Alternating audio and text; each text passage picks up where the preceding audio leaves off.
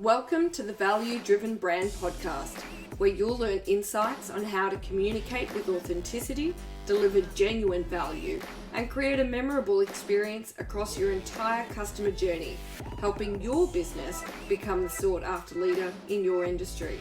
I'm your host, Aileen. Now, on to the show.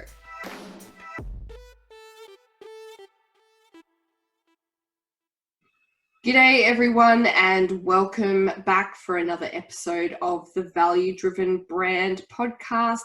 I am your host, Aileen Day, and today we are joined by BlueRock Group's one and only Chief Executive Officer, the one, the amazing Bruce McFarlane. Thank you so much for joining us today. Welcome to the Value Driven Brand Podcast. How are we? Great, thank you. Thank you for having me. My absolute pleasure. I am firstly going to point out to anyone who gets the time to watch this podcast on YouTube, you must check out Bruce's virtual backdrop. It is amazing. And just before we started the podcast, he ran me through a sequence of other virtual backdrops that his daughter has kindly made for him, and they are hilarious. They're absolutely fantastic. So please let your daughter know I tip my hat to her and her creativity. She's amazing. Now, for those of you who don't know, Bruce is the brand new welcome to the role CEO of the BlueRock Group, which is a multidisciplinary entrepreneurial, I love that word, advisory firm which helps people to operate and grow successful businesses and achieve their personal goals, predominantly in areas such as law and insurance, and what are a couple of other ones? Accounting, thank you. BlueRock has been in business for over 10 years now, and is also a certified B Corporation. Now, for those who might not know, what does that mean? So B Corp is an independent group started in the US, where businesses elect through an audit process to demonstrate their values to the community and to their people. Oh. So we've been part of the B Corp community for about 3 years. So we went through. It took us about, I think, a year to 2 years to get registered and through the audit process. Mm-hmm. And so now we're part of the Australian B Corp community, but there's lots of great brands like Ben & Jerry's and Patagonia and stuff. So yeah, there's about, I think, 5,000 companies globally now that's part of the B Corp group. Wow! So you're all in good association. Yeah, we host, so B Labs, which is the business, we host them in our office at 414 Latrobe Street, Melbourne. Very cool. I love that. So on top of being a certified B Corporation, which is so amazing, you guys were also awarded and featured in BRW's Fast 100 2 years in a row. What does that mean?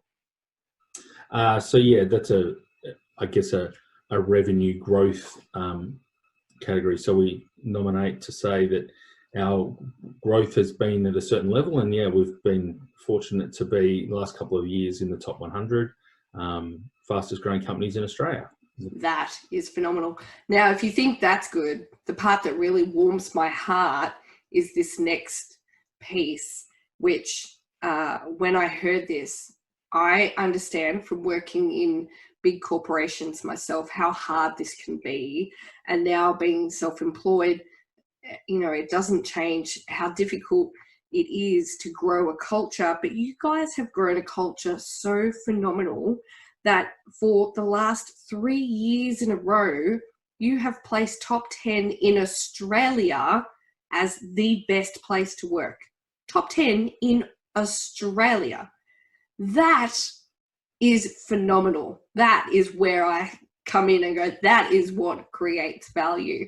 How does that happen? 3 years in a row, your team must be one of the most amazing groups of people and humans. I'm just blown away by that. Yeah, it's a real focus of the business right from the start, is to be a people first business and to really demonstrate great culture and to be different. Professional services is not generally known for great cultures and supporting its people. So Pete Layla, the founder, wanted to make sure that that was always put people first. That's reflected, the Great Place to Work is again an independent survey of your people, and also the criteria and policies and processes that you have in place. So you submit each year, and yeah, we were fortunate to be 7th, and then we were 6th, and then we were 4th. Every year it just gets better. Yeah. So it's been really good to be recognised as a great place to work from independent people as well as from our own people. So it's great. Oh, fills my heart. That is so amazing. Now, I always love to hear the story about how you get to be where you are today. So what is it that got you into law and accounting and insurance and into that whole industry? How did that happen for you?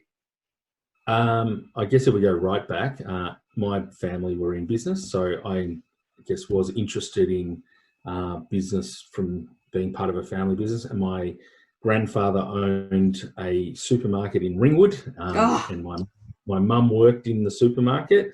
And then my grandfather and my dad went into business together when I was very little, obviously, and then in a place called Cockatoo, and then another place called Seville out in the Yarra Valley.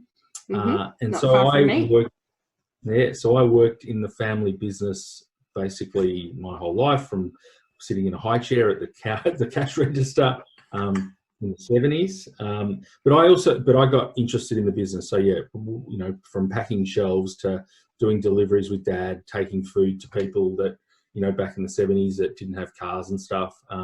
Very community minded. So I learned a lot about community and business from my dad and my grandfather. Mum worked full time in the business. So yeah, we used to my brother and I come home from school and work in the business. So I really enjoyed entrepreneurship. I enjoyed community, and I enjoyed business. And then, yeah, at school, I did okay and got accepted into law at Monash. Actually didn't really want to be a lawyer, but was more interested in the accounting and the business side of things. But law is a good degree to have if you want to go into business. So finished the law degree, kept working in the family business all the way through the laws degree, but then towards the end of it, Dad sold out. Dad had business partners by this stage and sold out. It didn't look like my brother and I were going to follow and run the businesses. So Dad had some health issues, so he got out. I became a lawyer. And then interestingly, one of my first big clients was Metcash, which supplied groceries to the supermarkets, which my dad and family owned. But so I ended up being a lawyer, which was a Melbourne-based law firm, became a national law firm. So I worked there for 20 years, ended up running a corporate team and was on the board, sort of part of the national expansion of that firm. Went from 7 partners to, I think they've probably got about 80 or 90 partners down. Holy moly. Yeah, about 600, 700 people at that business. So I did that for 20 years. I left 3 years ago to join BlueRock. And that was a decision after 20 years in one organisation. Yeah. At my previous firm, I was involved in innovation, sort of helping look at things differently in a law firm environment. Innovation and law firms don't necessarily go hand in hand. It's not. They're a little bit of an oxymoron, aren't they? Yeah, it's not something that it's difficult for them. It's a partnership model. It's not a company. They don't, the returns they make need to go out to the partners every year as opposed to being reinvested. So yeah, it's difficult. So as part of that journey, I knew Pete, the founder of BlueRock, and so I spent a bit of time talking to him and how my current firm and BlueRock could work together. And yeah, in the end, that didn't work out. So I decided to just join BlueRock and join them to head it up the law firm. Yes. So I still have a role as the managing director of the law firm. But yeah, Pete, after 12 years of running the whole business, he wanted to work on some different things. So he's now the chief entrepreneur. at BlueRock. I love that So role. he's got some other projects that he's working on, and and I'm working on running the business. I love that. Now, are you still on multiple boards and all that stuff as well? So BlueRock, I guess, predominantly is a professional services firm. So it's multidisciplinary, as you said. So we have, accounting, wealth management, law, finance, digital, property advisory. So we've got about 150 people in that business. But then we also have an investment business called Everything is Awesome. Like the Lego movie? Yeah, there's lots of Lego in our office. So Everything is Awesome is the head entity of the group, which owns the majority of the professional services business, but also has an investment in a number of different companies. So we've got hospitality businesses, retail businesses, we've got an esports business, we've got property consulting, technology. So a number of different businesses. And a lot of those businesses co-locate with us in our office in Melbourne. So we share. So we've got we've got our clients and our business and our sort of other businesses will share an office. So we see it as, we talk a lot about community, and so our sort of broader community or professional community includes our clients that spend time in our office as well. I love that. It's very kumbaya. Yeah. So that, what a culture. The original question around directorship. So I'm a director of a couple of those investment companies. So I'm a director of the holding company, which has investments, but I'm a director of the esports business. And I've got other businesses as well. So that we're part of that. It's so eclectic as well. A lot of the time people choose to, kind of invest in and spend their energy in maybe one type of industry, but you guys are so varied. And I love how, I remember the first time we started talking and I was saying how I was doing streaming on Twitch and you said you're doing esports. I'm like, you what? Yeah, it's well, during COVID, it's been probably a good thing to have a range of things. Like our hospitality venues mostly closed at the moment. So it's been tough for those businesses, but then esports, with all the mainstream sports closed down, the esports are having its time in the sun. People are getting very involved in that. So it's a good, I guess in terms of an investment strategy, to have a range of different investments from technology to esports to pubs and restaurants. Diversification at its finest. Now, Bruce, we are here because we want to teach business owners, leaders, entrepreneurs, people, humans, how to deliver their own version of a value-driven brand. Now, the beauty of this podcast is every guest comes up with something unique and different, and I selfishly get to learn from some of the best, and that is not going to be any different than today. And you have got some really brilliant points around how you believe people can deliver their own value-driven brand. Now, one of the points that you have already kind of touched on a little bit was to develop a people-first culture. What does that tactically look like? So when we say, develop a people-first culture, we can say it, but what does it look like? So for us, what it means is that, you put your people first in every situation. So how that plays out in practice is thinking about your purpose. So what's the purpose of the organization? So for us, one of our mantras is do the things you love with people you care about, and great things will happen. I love that.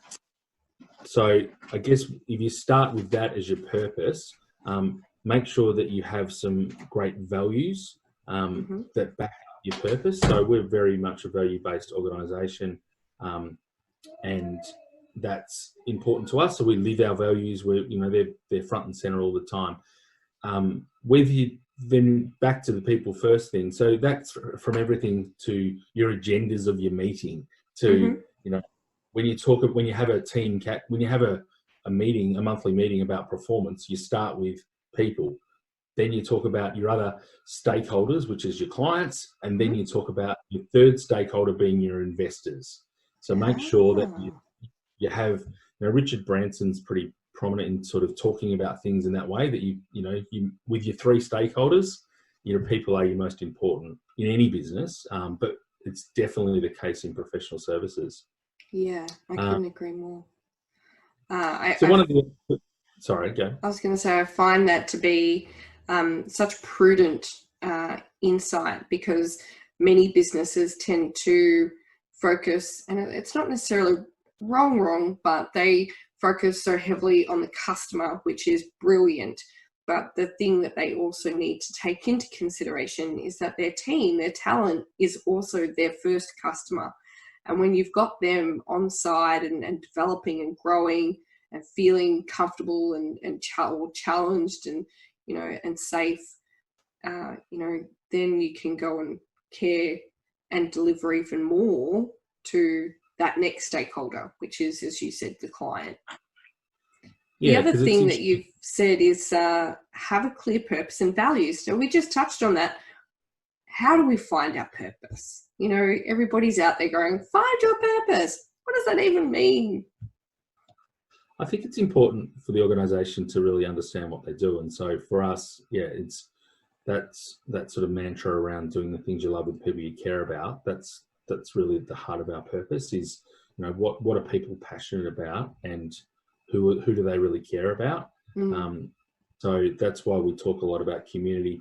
Probably the other thing for us is, which is sort of the next point on the list I sent through, but around creating opportunities. So what we think is, so one of our other mantras is growth creates opportunities, and that growth in revenue, obviously growth in profit is part of it, but growth for the person. So making sure that your team are always growing, so they're always learning, they're always developing, because that creates opportunities for them, and then for the broader community. So but in terms of developing your purpose, that's not something that someone can actually teach you what your purpose is. It's really understanding what's your purpose as an individual and how does that align with the people that you're working with.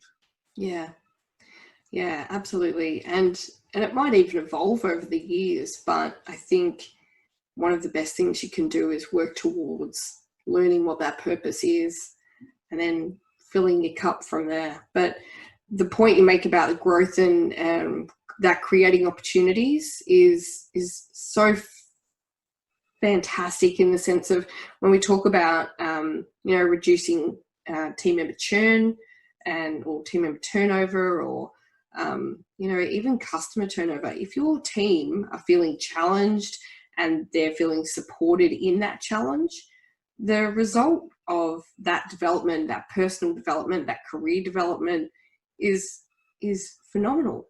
They don't want to leave because they're always in a position where someone believes in them to do more, to do different, to do something new. And one thing, I recently just finished reading a book from a guy called Daniel Pink called Drive, The Surprising Truth About What Motivates Us. And one of the things that he said is very similar to that, which is, deliver autonomy with boundaries and challenge and drive your team to always, develop themselves and what they know, they think they know, and they'll never leave. Because that's intrinsically, as humans, we love it, but we don't get enough of it. So to have an employer who understands that is a beautiful thing. I won't say rare. Hopefully one day it'll be quite prominent and just a given, but at the moment it's not. It's interesting, the whole turnover thing, because in professional services there is always a degree of turnover. So it's not, I guess the way we think about that is that we really encourage people to find what they're passionate about, and that may not be being a lawyer or being an accountant. So I guess part of our culture is very much the innovation and being different, and so and the entrepreneurship. So we really encourage people to have that side hustle. Like if they're not if they're not in something that they're passionate about, but they can't afford to leave their job, well, we don't hide it. Tell us about it, and let's see how we can support you in that. So I think that being aware that people don't work for one employer for life, and as you said, finding their purpose, it could be it's an evolving thing. So just being conscious of that and ensuring that whilst people are working with you, that they're engaged. They're not just going through the motions, that they're passionate about what they're doing, and that if they have got further goals and ambitions to do something different, that you can find a way to support them to do that. And that and because of the type of business we are, a lot of the time that's entrepreneurial, tech related, things that are different. And so we support people to look at those things and see how we can go into it. And some of the businesses we've got is, we've invested in businesses that our people are involved in. So yeah. That so is that's amazing. So it all ties together, but I guess the end of the day, it's back to making sure that you've got the right people in your team that are all aligned with your purpose. And if that works out, I see that as a great thing for your clients, because from your client's point of view, they're working with people that are passionate and that people that really care about each other. Makes it's a lot easier, and so your clients come back as well. So we don't have a lot of turnover, but we don't mind that we have some. And we don't have a lot of client turnover as well, because you clients, we like to be that entrepreneurial advisor, that trusted advisor, right? So we can go on a journey with our clients that are looking to grow their business. And is it a safe assumption that because you encourage your team to live this entrepreneurial lifestyle as well, that highly resonates with your clients, in the sense of your team implicitly understand that journey that your clients are on as well? And it's not a case of, I went to uni and I learned entrepreneurship and now I think I can tell you all about it. I actually live it. It's a lived experience, and I can help you on your own journey through that as well. That's definitely right. So most people's, when they go to see their lawyer or their accountant or their wealth advisor, they have spent their whole life in professional services. And so it's difficult. They can have empathy with their clients, and they can try and they can understand their business, and they can understand the risk and the financial aspects of the business.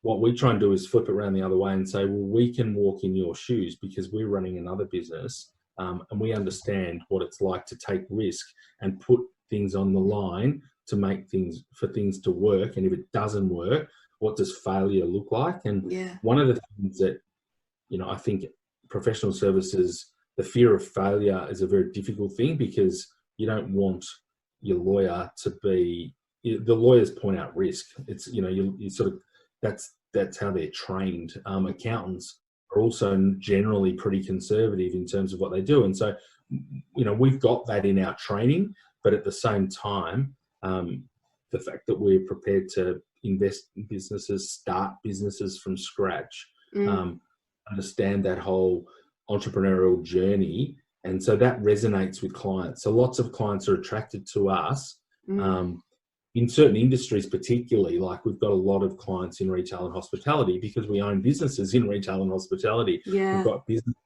we're developing technology businesses. So we have a lot of clients that have technology businesses, just because they know that we understand, what goes to making a good technology business. So you get them. Yeah, I get it.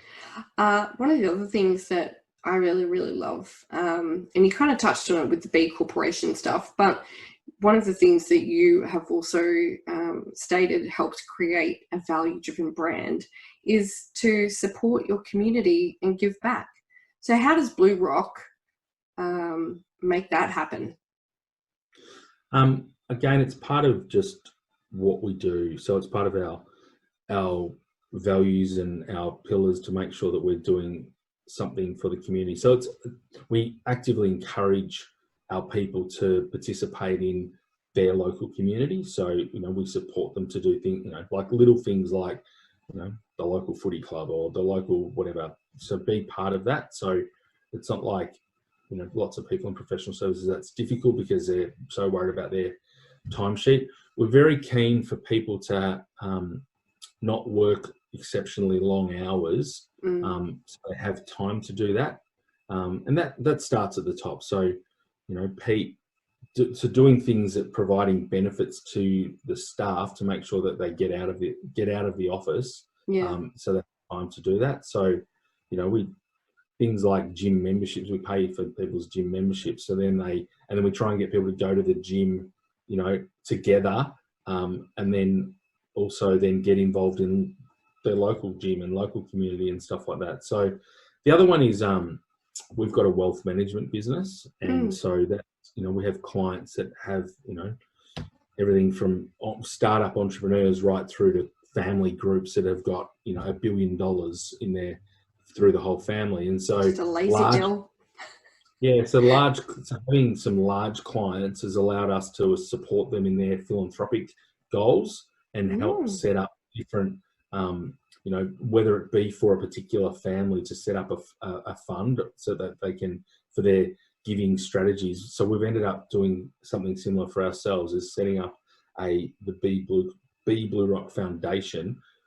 So then other clients that aren't worth that much and don't invest that much can all pool the money, and we can give to different charities and not-for-profit. So we're pretty active in that. Yeah, so being so that's part of, there's the cash part of it is sort of working with clients and our own funds, but also the time-based. So, you know, finding some groups that we can support where our team work in different charities or different community organizations. So, you know, I think all those things is just making sure that the leaders in the organization support this sort of stuff. And then the people, you know, they're leading by doing and getting involved in these things. And then the people, you know, are comfortable to do that. Yeah, absolutely. They can see there's no ramifications if everyone at the top's doing the same thing, which creates, again, that culture of feeling safe and wanting to do more and give back to the community. I love that you said you try to get them to go to the gym in groups. It's the only way I'd go. Yeah. I hate going to the gym alone. Yeah, but it's just part of, it's again building culture and building connections with your people, and then that flows through into the community as well. Yeah, absolutely. Helping their local small businesses. Yeah, that's fantastic. I do remember one time one of my employers organised a donation to Red Kite, which is a charity in Australia. And it was a double whammy bonus because the donation only occurred if the team member took half the day off. So the team member got half a day. They had to commit to doing something meaningful with their family or friends. And after that, the donation went through to Red Kite for their, they got half a day off paid, mind you, paid. And a donation went to Red Kite. I was like, that is the best. I got half the day off work and money went to a charity. They didn't even have to do anything. But these days, I can definitely see the benefit in getting more involved. You know, like to donate my time to animal shelters, and my son and I are about to go and start doing a rostered feeding of some local homeless people, which I think is a good activity for a 9-year-old who seems to think everything gets served to him on a silver platter. So, but I love that you, as an organisation, from the top down, make it a priority to get into the community and give back. And I think if more organisations, small, micro, big, were to do the same thing, it would be a different country. One of the other things that you said to us was dare to be different and continue to innovate. Now, I am a huge advocate for innovation. I think if you don't innovate, you're probably going to die.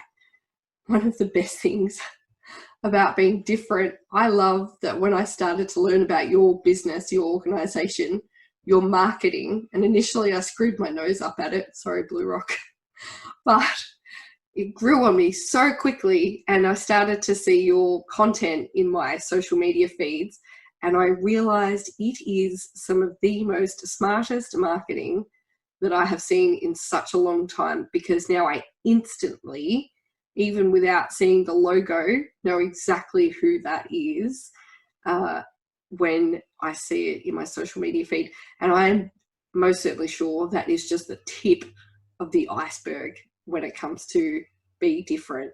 What does that look like? Dare to be different and continue to innovate inside BlueRock. Well, I guess, yeah, dare to be different.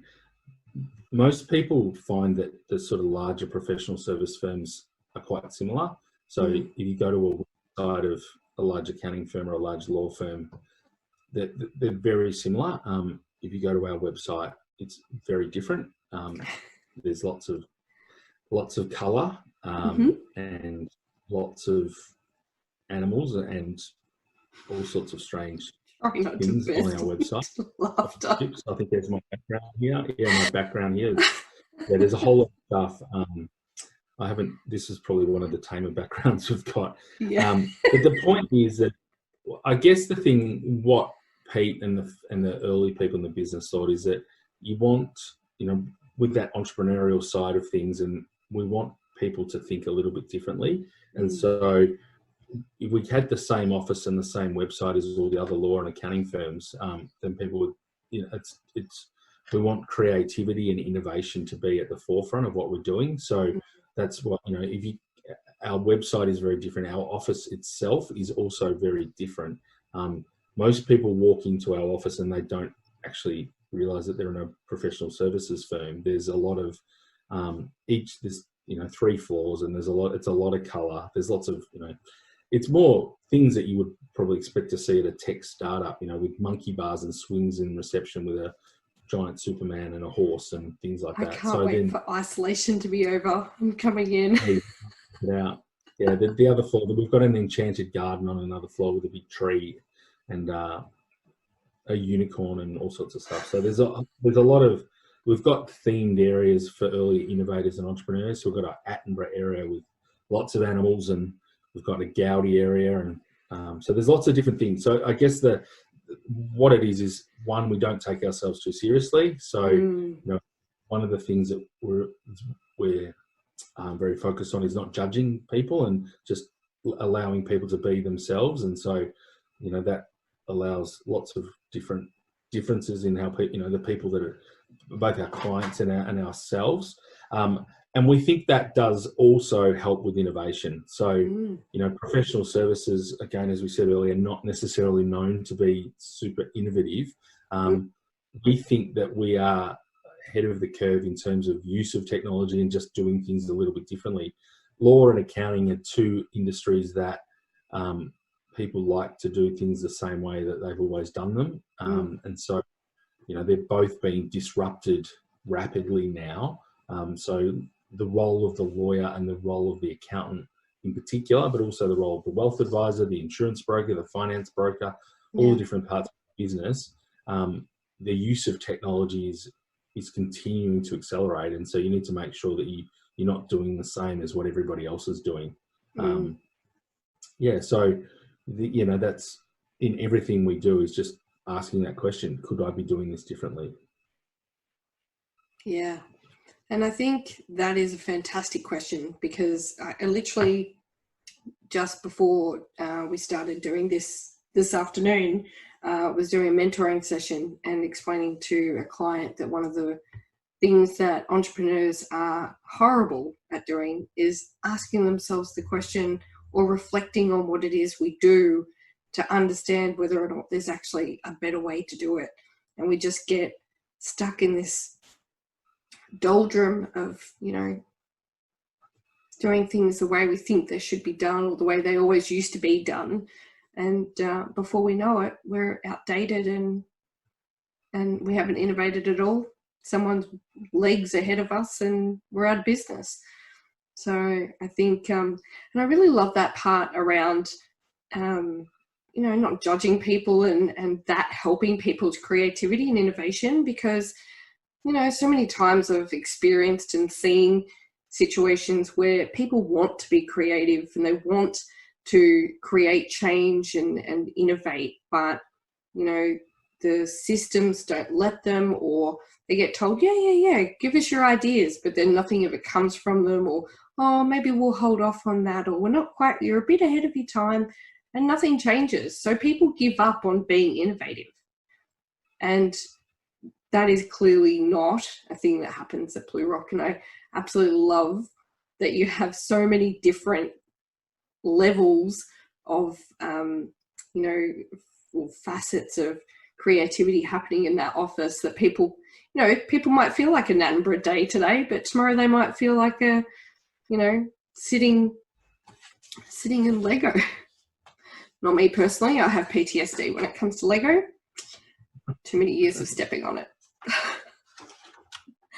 They are, Bruce, some absolutely fantastic tactics on how business owners can go and implement their own value-driven brand in their own companies, big, small, micro. It doesn't matter. These are such low barrier suggestions and ideas that anybody can put them into practice. And that is what I love, that these aren't hard things to develop a people first culture.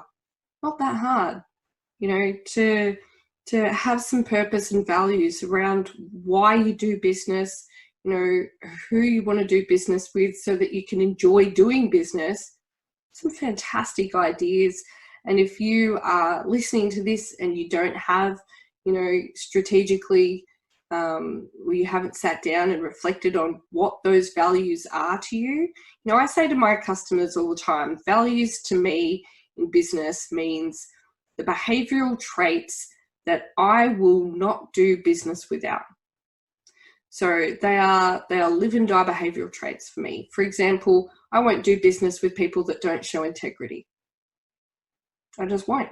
It is such a high value to me in my business that that's how I roll. If I feel that you're not showing integrity in what you do, we don't do business. If you don't show passion in what you do, we don't do business.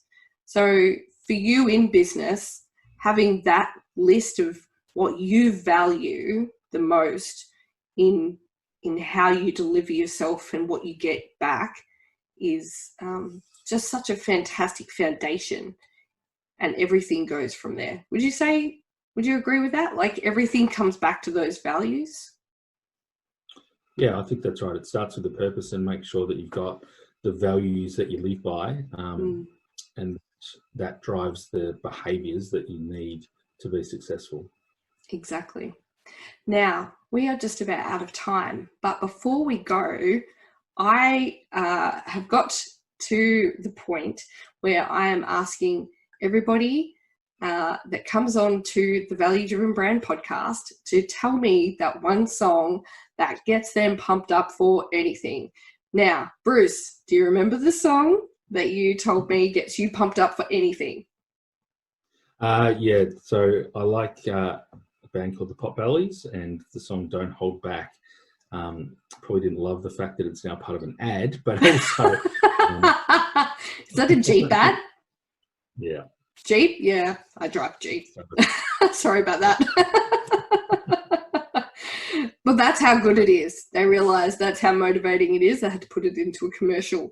So You might not know this yet, but what I am doing is every guest is being asked to give me that one song that gets them ready for anything, and it is being included in my own official Spotify playlist, which will be available to anyone listening to this on my website, valuedrivenbrand.com.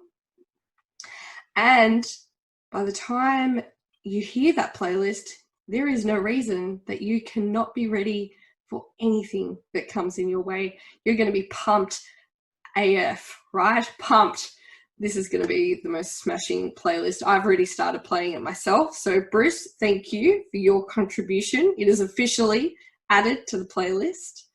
And on that note, I want to say thank you so much for joining us. If you listening in are interested in learning more about BlueRock and Bruce McFarlane, the CEO of the BlueRock Group, and all the amazing things that they do to be creative, and to be that best place to work 3 years in a row, what they're doing, how they're doing it, learn from the best, then all you need to do is go to bluerock.com.au on the interwebs. And if you would like to hear this podcast again or get any more information on how you can connect with Bruce himself, you are welcome to visit valuedrivenbrand.com.au. That is valuedrivenbrand.com, sorry, not .au, just valuedrivenbrand.com. Until next week, thank you, Bruce, for coming in. You are an absolute treasure and a champion. I love learning from you. It is a privilege.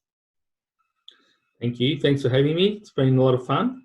My pleasure. And until next week, everybody, stay tuned, stay safe, and go create some value. Thanks for listening to the Value Driven Brand Podcast with your host, Aileen Day. Is your business struggling to become known as the sought-after leader in your industry? Access our Value Driven Brand quiz and special 3-part podcast series to identify the gaps and what you need to focus on first. Go to www.valuedrivenbrand.com/podcast series. That's valuedrivenbrand.com/podcast series. Tune in next time where we discuss more ideas on how you can deliver your own value-driven brand.